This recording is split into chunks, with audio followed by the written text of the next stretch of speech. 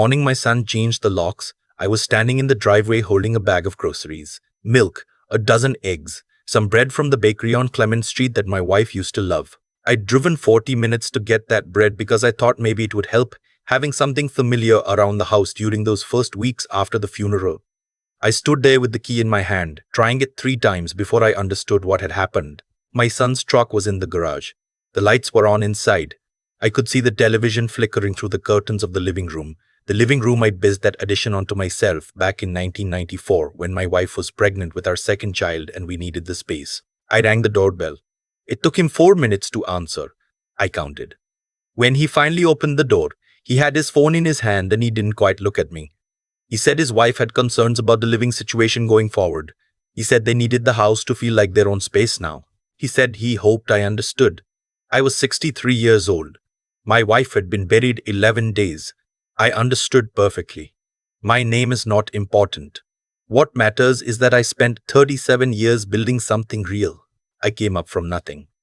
A rental apartment in Fresno, a father who worked maintenance at a school district, a mother who took in alterations on the side. I got a degree in civil engineering from Cal State, worked for a county roads department for 6 years, then started my own firm with a colleague named Phil in 1988. We did infrastructure contracts, bridges, culverts, drainage systems. Unglamorous work, essential work, the kind of work that keeps a civilization running while nobody thinks about it. By the time I sold my share of the firm in 2019, we had done projects in 11 states. I was comfortable. Not extravagant. Comfortable. My wife and I had always lived simply. The house in Marin County, a modest retirement account, and a portfolio of commercial real estate in the East Bay that we'd been quietly building since the mid-90s, worth at last appraisal somewhere just under $4 million. We had 2 children. Our daughter Lee lives in Portland with her husband and their 2 boys. She calls me every Sunday. She brought me a casserole the day after the funeral and stayed for a week and helped me go through her mother's things. Our son Nathan is 36. He works in sales for a software company in San Francisco. He married a woman named Kayla 3 years ago. She's very organized about certain things. I had always told myself that everything I built was for both of them equally. That was the plan. Had always been the plan. My wife and I had discussed it many times over the years, sitting at the kitchen table after dinner, going over the documents with our estate attorney, a quiet and methodical man named Gerald who had handled our affairs since 2003. What I never told my son was that after his mother's diagnosis, non-Hodgkin's lymphoma got late, progressed faster than anyone hoped. Gerald and I had several long conversations, quiet conversations, the kind you don't talk about at family dinners. My wife had a feeling about Nathan. Mothers know things. She never said it harshly, never accused him of anything specific. She just said, one night when she was in the hospital and we were watching the rain come in off the bay, she said, "I want you to be protected, Gordon.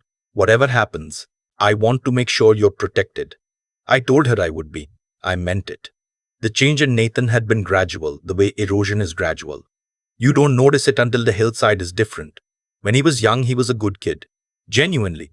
He coached youth baseball one summer. He called on birthdays without being reminded. He helped me reshingle the back section of the roof in 2011, and we worked side by side for 2 days, and it was one of the best weekends I can remember. Then he met Kayla, and then the software job started going well, and then they bought a condo in the Marina district, and then, it's hard to put a finger on exactly when, he started talking differently. About assets, about positioning, about long-term strategy. He started using the word legacy the way consultants use it, like it was a line item on a spreadsheet. He came to visit his mother 3 times during her final 8 months. The last time was 5 days before she died, and he spent 40 minutes of that visit on his phone in the hallway. I noticed. I said nothing. You tell yourself it's stress. You tell yourself people grieve in different ways. You tell yourself a lot of things when you don't want to see what you're seeing. The estate was straightforward on its surface. My wife had left a will. Nathan had been present at the reading, in Gerald's office on a Tuesday morning, sitting in the leather chair across from the desk, in a jacket I'd never seen before. New, expensive looking. Kayla was with him. She brought a notepad. The will established that the primary residence would pass to Nathan, with the condition that I be permitted to live there for the remainder of my life, or until I chose to leave, whichever came first. The East Bay properties, along with the investment accounts and the remainder of the estate, would be managed through a trust. Gerald was the trustee. The income from the trust would be distributed to me monthly, enough to live on, more than enough. At my death, the principal would be divided equally between Nathan and Lee. Nathan sat through the reading without moving. When Gerald finished, Nathan asked two questions. The first was about the timeline for transferring title on the house. The second was about whether the trust distributions could be redirected. Gerald said he'd need to review the documents further and would be in touch. I watched my son's face during this. He was doing math. I didn't fight the locks. That's the thing people find hard to understand. Later, when I explain it, I didn't call the police, didn't call a lawyer that day, didn't call Nathan back. I picked up my bag of groceries, got in my truck, and drove to a motel on Highway 11 that I'd passed 10,000 times without ever stopping. $48 a night. Thin walls. A coffee maker that took 3 tries to start. I called Lee that evening. She cried. She said she was coming, and I told her to wait. I said I needed a few days to think, and that was true. But more than that, I needed Nathan to think. I needed him to sit with what he'd done and see what it looked like from inside the house he'd just locked his father out of.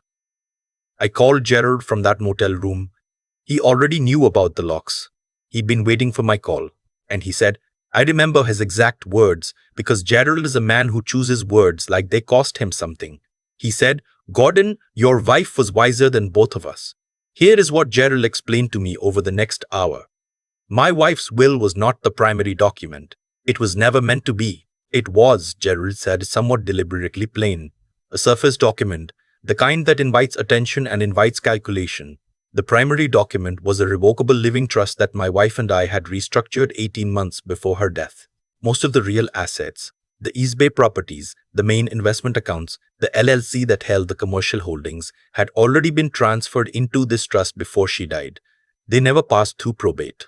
They never appeared in the will that Nathan had sat through so carefully with his notepad.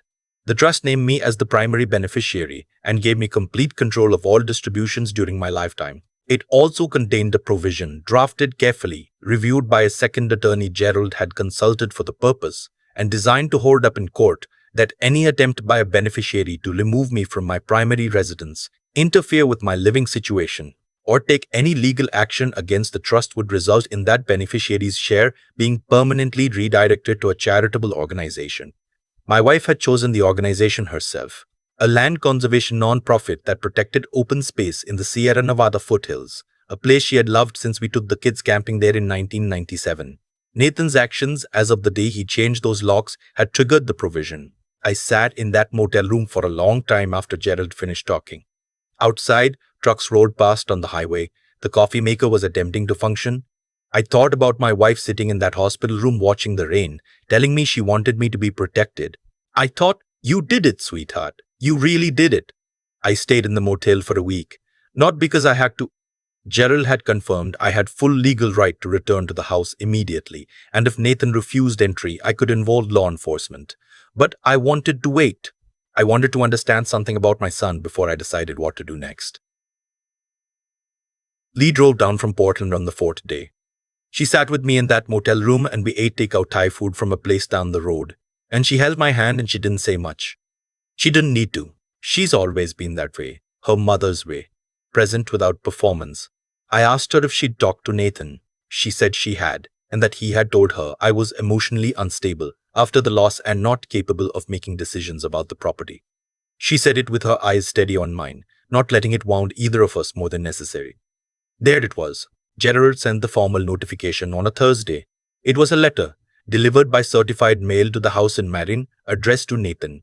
It outlined the trust structure, the provision that had been triggered, and the legal consequences. It included documentation from a licensed process server confirming that I had been denied access to my primary residence. It cited the date, the time, and included a photograph, one I hadn't known was being taken, of me standing in the driveway with my grocery bag and my useless key. Gerald had thought of everything. My wife had made sure of it. Nathan called me at 7:14 that evening. I know because I looked at the clock when I saw his name on the screen. I let it ring. He called again at 7:22. I let it ring. He called again at 7:22. I let it ring again. The third time I answered. He didn't start with an apology. He started with a question. Actually, more of an accusation with a question mark attached to it. He said, "Did you know about this trust?" I said, "Yes." He said, "When were you going to tell me?" I thought about that for a moment. I thought about 11 days after his mother's funeral, and a bag of groceries, and a changed lock, and 40 minutes on a phone in a hospital hallway. I said, "Nathan, when were you going to ask?" The silence on the line lasted a long time. When he spoke again, his voice was different. Smaller. The sales job voice was gone, the careful language about assets and positioning. He sounded like he was 36 years old and had just realized he'd made a catastrophic mistake, which is exactly what he was and exactly what had happened. He said he hadn't fully understood the situation. I said I believed him. He said Kayla had been, and then he stopped and started again. He said there had been a lot of pressure, and he hadn't been thinking clearly, and he was sorry. He said he was sorry 3 times in the space of about 90 seconds. I didn't tell him yet what sorry would need to look like. I wasn't ready for that conversation, and more than that, I didn't think he was ready to have it. You can't receive something you haven't yet understood you've lost. I told him I needed more time. He said okay. He sounded scared. I think that was appropriate. Gerald and I met the following Monday. He laid out the options with his usual precision. Because the provision had been triggered, Nathan's share of the trust, approximately half the principal when the time came, would redirect to the land conservation non-profit unless a court found compelling reason to intervene, which Gerald considered unlikely given the documentation. Nathan could challenge it. Gerald thought he'd lose, and he said so plainly and without drama, the way he says most things. What I had the power to do, and what Gerald made sure I understood, was this. The trust gave me the authority, as primary beneficiary and grantor, to restore Nathan's share at any time, by my own written direction. If I chose to, it was entirely my decision. I sat with that for several days. I thought about the boy who helped me reshingle that roof. I thought about the birthday calls without reminders, and the summer coaching youth baseball, and the face he made when he was 8 years old, and I took him to see the Giants play for the first time, and they won in extra innings. I thought about what grief does to people, and what money does to people, and what it means to raise a child and find out they are capable of something you didn't know was in them. I thought about my wife and what she would want. She was not a cruel woman. She was not setting a trap for punishment. She was building a fence, a boundary with teeth. Because she knew that sometimes love requires a structure around it, something to hold the shape when the pressure gets too great. She would want Nathan to come back. She would want him to mean it. I called Nathan to come to Ghetto's office. Without Kayla. I told him to come alone. The way you come to a conversation that belongs only to the people having it. He was there when I arrived. He looked like he hadn't been sleeping. I sat across from him at Gerard's table, and I looked at my son for a long time without speaking. He held my gaze. That was something at least. He didn't look away. I told him the truth about the trust, all of it, the structure, the timeline, the provision his mother had drafted. I told him about the nights in the hospital, about the conversation in the rain. I told him that his mother had seen something she was worried about, and that she had loved him too much to pretend she hadn't. He didn't argue. He didn't make it about Kayla. He just listened, and when I finished, he put his face in his hands for a moment, and I waited. When he looked up, he said, "I became someone I don't recognize." I said I believe that too.